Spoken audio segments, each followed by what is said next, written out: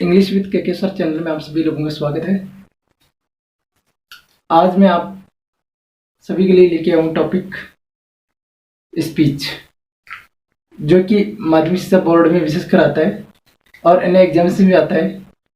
तो ये आपके लिए, आपकी लाइफ टाइम के लिए पूरा A to Z इंफॉर्मेशन लेके आया हूँ, और वो भी बड़ी रुचिकर ढंग के साथ में। देखिए, इसमें स्पीच यानी SPEECH स्पीच, इसको क्या पढ़ते हैं, इसका उच्चारण क्या करते हैं, स्पीच, और इसको ऐसे लिखते हैं, इसका उच्चारण बोलते हैं स्पीच। इसका हिंदी में अर्थ होता है भाषण, या फिर हम यूं कहें व्याख्यान, बातचीत, वक्तव्य, या यूं मान लीजिए कि विचार, आइडिया। तो ये आइडिया, ये विचार बिल्कुल हमारे स्पष्ट होने चाहिए, एग्जैक्ट विचार होने चाहिए और रोचक विचार हो, ताकि जो ऑडियंस है, जो श्रोता है, जिनको हम ये अपने विचार बताना चाह रहे हैं, भाषण देना चाह रहे हैं, जिनको हम भाषण देके सुना रहे हैं, वो हमारे भाषण में रुचि लें और लंबे समय तक वहाँ पर बैठे रहें, टिके रहें और ध्यान से सुनिए।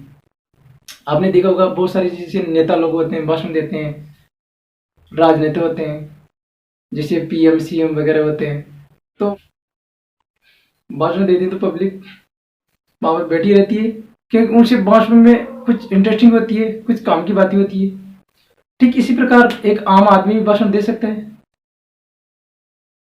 लेकिन यहाँ पर देखिए, स्पीच के बारे में हम थोड़ी सी जानकारी ले लेते हैं। स्पीच ये क्या होता है? स्पीच एक एबिलिटी होती है, एक एबिलिटी होती है। Speech is the ability to speak और एक्ट ऑफ स्पीकिंग, यानी ये एक बोलने का कार्य या बोलने की योग्यता या कला होती है, जो हम सभी के सामने दिखाते हैं, और सभी के सामने ये कला दिखाते हैं, बोलने का कार्य करते हैं, तो सब लोग देर इसमें सुनते हैं। और जिसे हमारे वचन कटु होते हैं, तो वहां से उठ के जो श्रोता है, ऑडियंस है, वो जा भी सकते हैं। तो हमारे स्पीच में कुछ दम होना चाहिए। अब आगे देखिए कि स्पीच का दूसरा एक डेफिनेशन मैंने देखा कि speech is the ability to speak और द एक्ट ऑफ स्पीकिंग। इसकी दूसरी परिभाषा हम देख सकते हैं, इस स्पीच इज ये formal talk gives to audience. ये एक औपचारिक बातचीत होती है जो श्रोताओं को हम सुनाते हैं, कहते हैं। अब यहाँ पर देखा जाता है कि स्पीच विशेषकर विद्यार्थियों के लिए उपयोगी है। विद्यार्थी स्पीच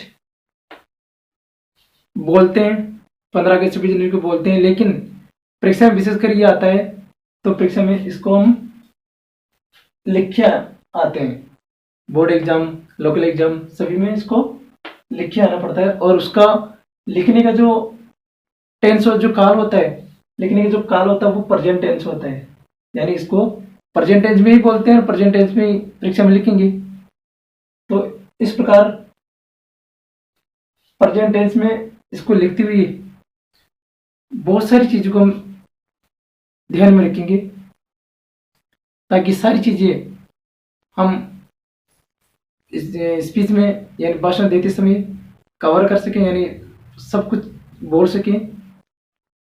तो आज हम कुछ टॉपिक, जो स्पीच में जो कुछ टॉपिक है, जिन जिनको हमको बोलना चाहिए, जिन बिंदु को हम स्पीच में शामिल करते हैं, वो बिंदु यहाँ पर दिए जा रहे हैं। देखिए, पहला बिंदु इनमें से है टाइटल या टॉपिक, यानी हिंदी मीडियम और इंग्लिश मीडियम के विद्यार्थी दोनों के लिए है।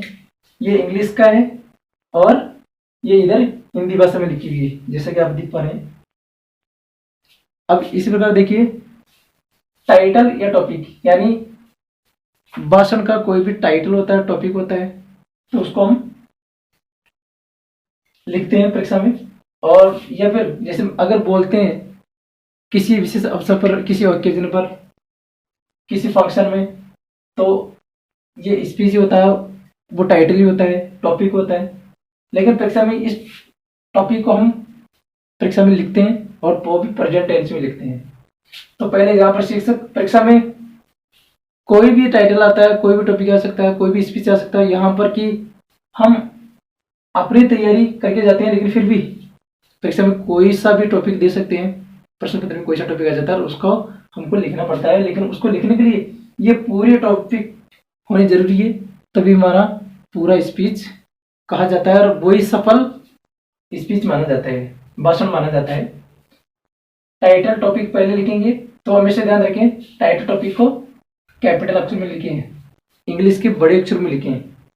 जैसे कि मैं यहाँ पर लिखूं कि जैसे मान लीजिए टॉपिक कोई लिखने हैं, जैसे हमें लिखना है कल्याण इंडिया मिशन, कल्याण इंडिया मिशन, ये कैपिटल अक्षर में लिखना है, यानी अंग्रेजी के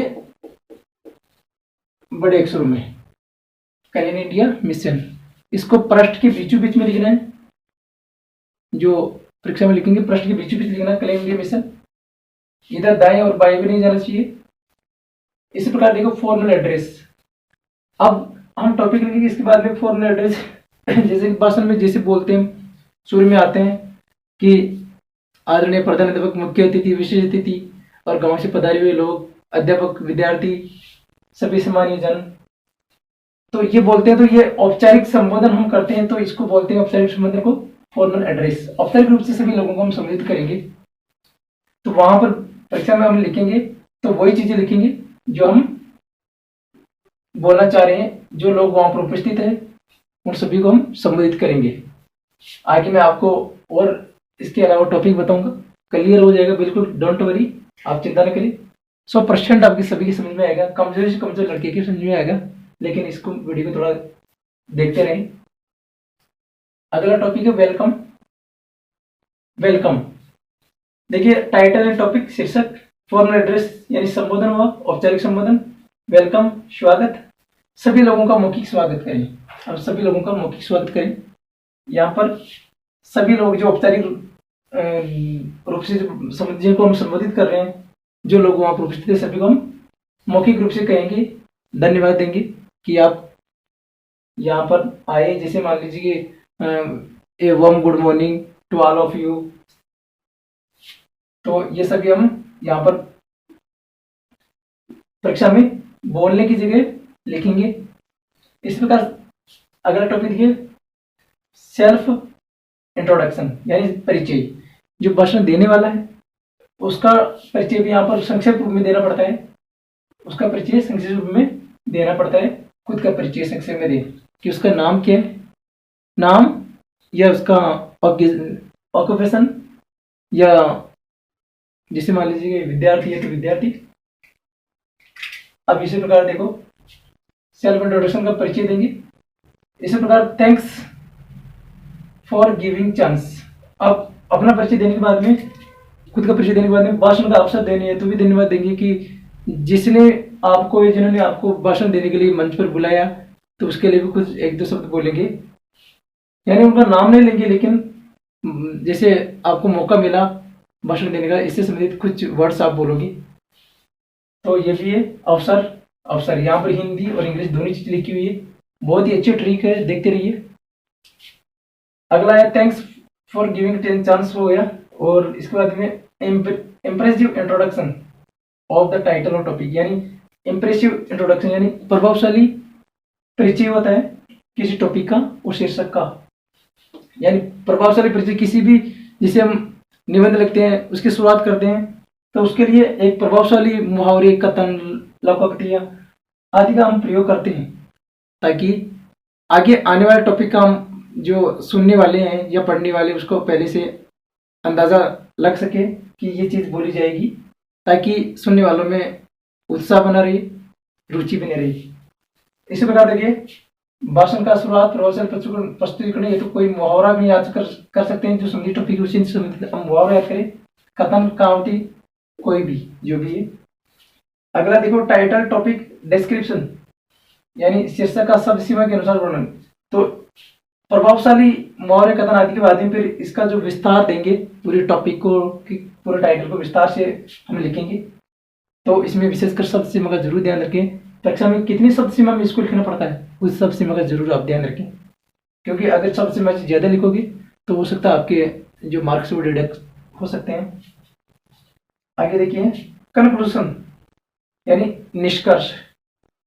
निष्कर्ष इसमें चेतावनी, सुझाव, अपीलें लिखी हैं, यानी पूरे निष्कर्ष में पूरे जो टॉपिक है, जैसे मान लीजिए यहाँ पर टॉपिक है क्लीन इंडिया मिशन, इसका पूरा सारांश लिखें, या क्लीन इंडिया मिशन से संबंधित जैसे मान लो यहाँ पर चेतावनी देनी हो, लोगों से कोई अपील करना चाह रहे हैं, कोई सुझाव है सरकार से या आम लोगों से, तो इससे संबंधित हम यहाँ पर लिखेंगे। पूरे इसका जो टाइटल है उसका सारांश भी हम लिखेंगे, और साथ में अपील, सुझाव और चेतावनी लिखेंगे। तो ये सब लिखने के बाद में ये भाषण पूरा हो जाएगा। लेकिन अब जो भाषण सुन रहे हैं उनको आप धन्यवाद दोगे, क्योंकि वो खुद अपने काम का नुकसान करके, कोई दुकानदार है, कोई किसान है या कोई बिजनेसमैन है, वो आपके भाषण को सुनने के लिए वहां पर पधारे हैं। तो आप उनके लिए बोलोगे, ये कॉमन लाइन रहेगी, या आपको बाद में बताया जाएगी बाकी ये कॉमन लाइन है, या आपको प्रत्येक स्पीच में लिखनी है या बोलनी है। Thanks you for valuable time and patience. इसका अर्थ क्या होता है कि आपने अपना कीमती समय और धैर्य प्रदान किया, इसके लिए आपको धन्यवाद। थैंक यू, आपको धन्यवाद। इसी प्रकार देखिए, मैंने ये जो टॉपिक लिखे हैं इनके सब हिंदी अर्थ भी लिखे गए इधर, और बहुत ही very very great luck for you कि यहाँ पर शीर्षक, ये जो शीर्षक है, टाइटल, ये सभी का हमने हिंदी अर्थ लिख रहा।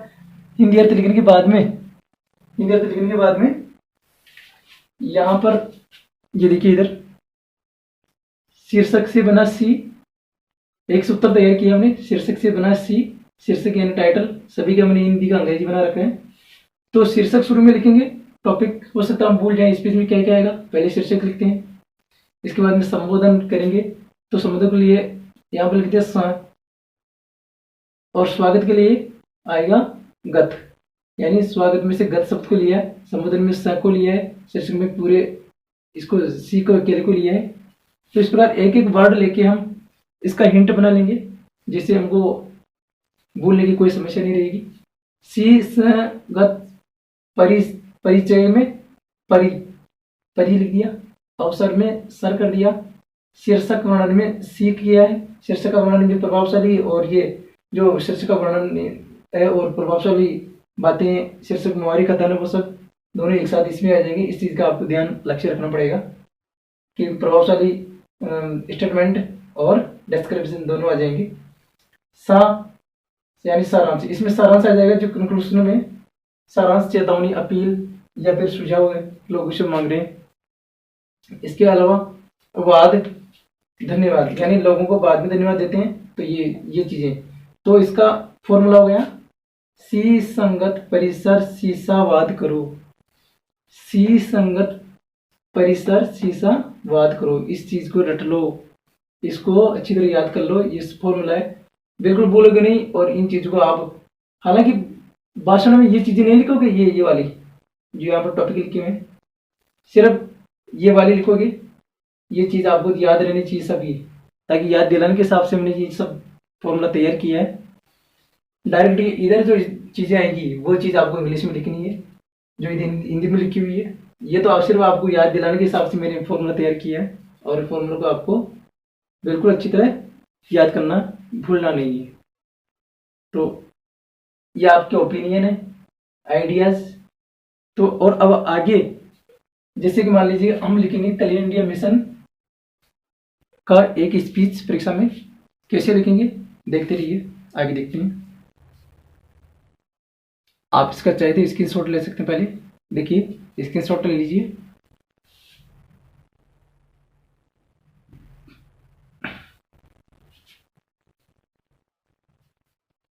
ठीक है, अपने सभी जो मिलने वाले फ्रेंड्स है, स्टूडेंट्स है या रिश्तेदार है, उनसे भी आप इसे शेयर कीजिए। अब अगले देखते हैं, इसका विस्तार या इसका जो, अब देखिए जो फॉर्मूला अपने काम में लिया था, सी संगत परिसर शीशावाद करो के माध्यम से हम पूरे स्पीच को लिख रहे हैं। सिर्फ इतनी सी तैयारी तुमको करनी पड़ेगी कि कल इंडिया मिशन के बारे में हमको क्या क्या लिखना है, उसके बारे में डिस्क्रिप्शन लिखना पड़ेगा। इंडिया मिशन के ऊपर हमने लिख रखा है। कल इंडिया मिशन को हमने बीच में शीर्षक के बीच बीच में लिखा जो टॉपिक है। इस प्रकार संबोधन देखिए, संबोधन को हमने यहाँ पे लिखा है respected principal, talented teachers and endearing friends students. इनको औपचारिक फॉर्मल एड्रेस किया है, संबोधित किया है इनको। और साथ में जैसे मान लीजिए वहां पर कोई ग्रामीण बैठी हैं तो यहाँ पर ये भी कर सकते हैं, एंड विलेजर्स सभी है। अब इसके बाद में आता है संबोधन के बाद में गत यानी स्वागत। ए वार्म वेलकम, आपका गर्मजोशी वाला स्वागत। And good morning to all of you, और आप सभी को सुबह का नमस्कार। देखिए यहाँ पर गुड मॉर्निंग की जगह और जिस हिसाब से समय यहाँ पर व्यस्त किया जाता है वो हम लिख सकते हैं इस जगह, तो वो ये चेंज भी हो सकता है। अब देखिए परिचय, इसके बाद में लिखते हैं परिचय। हम ये ऐसा कैसा लिखेंगे, सेम इसको सेम ऐसे कैसा लिखेंगे, ये तो हमको बिल्कुल कंडक्ट करना है कि ये चीज़ हमको ऐसी ऐसी परीक्षा में लिखनी है। इसमें भले समय चेंज रखते, बाकी समय में कोई दिक्कत नहीं। सुबह से कार्यक्रम की शुरुआत होती है, सभी कार्यक्रम की सुबह से शुरुआत होती है, तो हम इसको यथावत लिख सकते हैं। इसके बाद में लिखेंगे परिचय, जो भाषण देने वाला है उसका परिचय कौन है वो भी लिखेंगे परीक्षा में। जैसे परिचय, I am Rani Kumari of class 12th, मैं कक्षा 12 की रानी कुमारी हूँ, परिचय में आ जाएगा। इस प्रकार अवसर में गया, I am delighted to have golden chance to speak on the topic clean India mission, कि मैंने मेरे शीर्षक क्लीन इंडिया मिशन स्वच्छ भारत अभियान पर बोलने का सुनहरा अवसर प्राप्त करने के लिए बहुत प्रसन्न हूँ। यानी मैं क्लीन इंडिया मिशन इस टॉपिक को यहाँ पर ये चीज़ हम ऐसे कैसे लिखेंगे, ये चीज़ जो यहाँ पे लिखे हुआ, I am delighted to have golden chance to speak on the topic, ये लाइन को हम ऐसे ऐसे लिखेंगे। यहाँ पर ये टॉपिक चेंज हो जाएगा, ये वाला टॉपिक बाद में चेंज हो जाएगा। बाकी इस चीज़ को हमको ऐसे ऐसे लिखना है। यहाँ पर नाम चेंज हो जाएगा, नाम कभी चेंज हो सकता है, और यहाँ पर क्लास चेंज हो जाएगी। इसमें कोई इतनी वो चीज़ नहीं है, कोई डिफिकल्ट मैटर नहीं है। आगे देखिए शीर्षक का वर्णन हम प्रभावशाली ढंग से करेंगे। यहाँ पर प्रभावशाली ढंग से हमने लिखा समवन, प्रभावित, ताकि वो जो सुनने वाले वो आकर्षित हो जाए, सुनने वाले जो ऑडियंस है वो आकर्षित हो जाए। देखिए समवन, किसी ने कहा है, समवन सेड, किसी ने कहा था कि हेल्थ इज वेल्थ, स्वास्थ्य धन होता है। क्योंकि स्वास्थ्य संदेश मैंने यहाँ पर क्यों लिया, क्योंकि यहाँ पर क्लीन इंडिया मिशन है, स्वच्छ भारत अभियान के बारे में लिख रहे हैं, इसलिए इससे टॉपिक से संबंधित प्रभावशाली भाषा शब्दावली हमको यहाँ पर लिखनी पड़ेगी। और बाकी हम उसकी शब्द सीमा के हिसाब से शीर्षक का वर्णन करेंगे, उसका विस्तार देंगे। क्लीन इंडिया मिशन, देखिए यहाँ पर जैसे कि इसमें लिखे गए हैं, क्लीन इंडिया मिशन वाज, स्वच्छ भारत अभियान वाज ऑफिशियली यानी आधिकारिक रूप से लॉन्च यानी प्रारंभ किया गया था by the government of India, यानी भारत सरकार द्वारा। कब? On 145th birth anniversary of Mahatma Gandhi on 2 अक्टूबर 2014, यानी 2 अक्टूबर 2014 को महात्मा गांधी की 145वीं जन्मदिन थी, जो वर्षगांठ थी, बर्थ एनिवर्सरी थी उनकी। उस दिन it is created good awareness among masses, तो इससे जनता में क्या हुआ है, अच्छी जागरूकता उत्पन्न हुई है। इससे जनता में अच्छी जागरूकता उत्पन्न हुई है, गुड अवेयरनेस, किससे? क्लीन इंडिया मिशन से। क्लीन इंडिया मिशन के बारे में हम और ज्यादा इसमें लिख सकते हैं, क्योंकि मेरे यहाँ पर मैं आपको समझाने मात्र के हिसाब से मैंने यहाँ पर लिखा था, किस हिसाब से आपको लिखना है। आप इसमें सिर्फ इस जो शब्दावली है, इस जो वर्णन है, डिस्क्रिप्शन है, स्टेटमेंट है या फिर अनाउंसमेंट है, इसको आप और ज्यादा लिख सकते हो। अब आगे देखिए सारांश। Government of India also should spread awareness about this, यानी भारत सरकार को इस मामले में और अधिक जागरूकता फैलानी चाहिए। स्प्रेड, तो यहाँ पर मैंने लिखा कि अपील भी लिख सकते हैं, यहाँ पर सुझाव भी लिख सकते हैं, और इसके अलावा जो चेतावनी है, तो यहाँ पर पहले इसका सारांश भी हम इसमें सारांश भी लिख सकते हैं। यहाँ पर लिखा हो सारांश, थोड़ा सा सारांश लिखने के बाद में एक दो लाइन सारांश आएगी, ज्यादा नहीं आएगी। इसके बाद में हम अपील, सुझाव या चेतावनी इसमें लिख सकते हैं। और बाद में जो हमने लिखा है कि आई होप, मैं आशा करता हूँ या आशा करती हूँ, यहाँ पर रानी कुमारी है तो ये बोले कि मैं आशा करती हूँ दैट, यहाँ पर दैट, मैं आशा करती हूँ कि दैट है, आई होप दैट यू, मैं आशा करती हूँ कि यू एग्री, यार आप सहमत हो विथ माई आइडियाज, मेरे विचारों से, जो मैंने ये विचार व्यक्त किए हैं आप इन विचारों से सहमत हो, जो सुनने वाले सभी लोगों को कह रही है। और ये लिखना सभी को लिखना है, ये एक कॉमन लाइन हो गई, ये कॉमन लाइन में आपको सबको लिखना पड़ेगा, इस चीज़ को हमको रटना पड़ेगा, इसको ऐसे कैसे रट लीजिए, याद कर लीजिए। तो मैं आशा करती हूँ कि आप सभी मेरे विचारों से सहमत हो। और धन्यवाद, लास्ट में धन्यवाद देंगे जो लोग सुन रहे हैं, ऑडियंस दूर दूर से आए हैं, काफ़ी दूर से आपके अतिथि बनने के लिए, आपके ऑडियंस बनने के लिए, या कोई परफॉर्मेंस देने के लिए आए हैं, तो उनके लिए आप लिखोगे थैंक यू, आपको बहुत धन्यवाद फॉर गिविंग, देने के लिए वैल्यूएबल यानी कीमती टाइम यानी समय, एंड पेशेंस और धैर्य, यानी आपने कीमती समय और धैर्य दिया, यानी धैर्य से आपने सुना और अपना कीमती समय आपने गवाया, अपने काम को छोड़कर यहाँ पर आए, इसके लिए थैंक यू, आपको बहुत बहुत धन्यवाद। तो इस पर लास्ट में और दोबारा धन्यवाद देंगे, थैंक यू, धन्यवाद। तो यहाँ देखिए बिल्कुल शीर्षक, संबोधन, स्वागत, परिचय, अवसर, शीर्षक, वर्णन, सारांश, धन्यवाद, इसके हिसाब से पूरा स्पीच यहाँ पर लिख दिया है। कोई भी विद्यार्थी, कोई भी जो स्पीच देने वाला है, वो सब इस टॉपिक को अगर क्लियर करेगा, उसका जो स्पीच है बहुत ही ज़्यादा प्रभावशाली होगा। ये एक अब तक की जो यूट्यूब की वीडियोज में जो जितने भी स्पीच आई हैं, इसमें ये जो स्पीच आप देख पा रहे हैं वो सबसे अद्वितीय है। कहीं भी आपको इतनी डिस्क्रिप्शन, इतना वर्णन नहीं मिलेगा जितना आप कहीं भी यूट्यूब में देख लीजिए, किताब में देख लीजिए, इतना ज़्यादा नहीं मिलेगा। तो आप ये सब क्लियर कर लीजिए, इसको अच्छी तरह याद कर लीजिए, जो चीज़ याद करने की है उनका आप याद कीजिए, इसके बाद में परीक्षा में अच्छा खासा लिख के आइए। तो आपने अपना जो कीमती समय दिया है इसके लिए आपको बहुत बहुत धन्यवाद। और आप चैनल को सब्सक्राइब करें, और जो आपके रिश्तेदार हैं, मिलने वाले भाई बंधु, जो विद्यार्थी तल्लीन होकर पढ़ाई कर रहे हैं, विशेषकर 12वीं क्लास वाले, तो उनको आप ये वीडियो शेयर करें ताकि उनका भला हो जाए और आपका भी भला हो। Thank you so much for watching my video. Thank you and all the best.